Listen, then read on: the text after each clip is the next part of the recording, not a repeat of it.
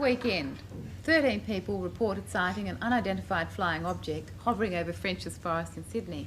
To tell us about the incidents, we have here Mrs. Glenys Messiah. Would you please make her feel welcome? Well, where did you see the UFO? In my street. Oh, on the street where you live? Yes, no, actually we were seeing some people off on Saturday night. They'd only popped in for about 10 minutes. We went out the front to see them off, and they got into the car, and I had my head through the window, sort of saying my last farewells. My girlfriend looked up and said, UFO. It was a UFO. It was just above the treetops. Well, very close. What does it look like? What's a UFO look like? Well, this one looked like a saucer shape. Oh. Definite saucer shape. And I think a lot of people have changed their attitude if they saw one. Now, a lot of you saw it, did they? Oh, yes. There were 7 adults and a dog there that didn't even bark or, you know. And was it there for long? Yes, we watched it for about a minute and a half. And then what happened? It hovered over us, and we looked at it and we could see the ring of lights. I couldn't tell you if the centre was actually metallic or solid or what. It looked solid. Whether it was or not, I don't know. But it was a definite ring of lights. When they got out of the car and we all started screaming, it lifted slightly and just started to cruise away. You did scream? Oh, we all were. Petrified. Terrified. You didn't rush inside the house? No, my little boy did to get my husband, and he saw it too. How big was it? I couldn't estimate the size of it.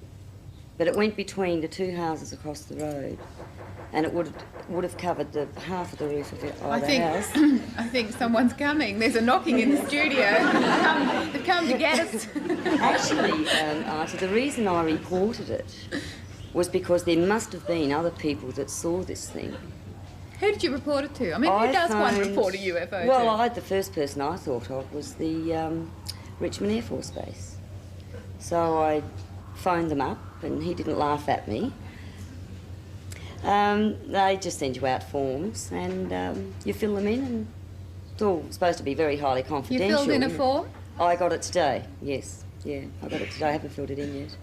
But the reason I gave the story to the Manly Daily was because there must have been other people that saw this thing. Do you believe in UFOs? I mean, did you believe in UFOs? No.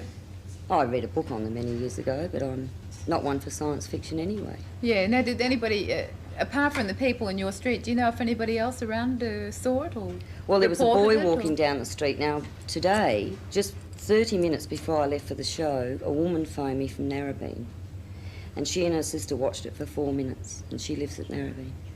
And she phoned me today, 30 minutes before I got here. It's a little spooky, isn't it? So I'm glad I reported it now. I don't ever want to see another one.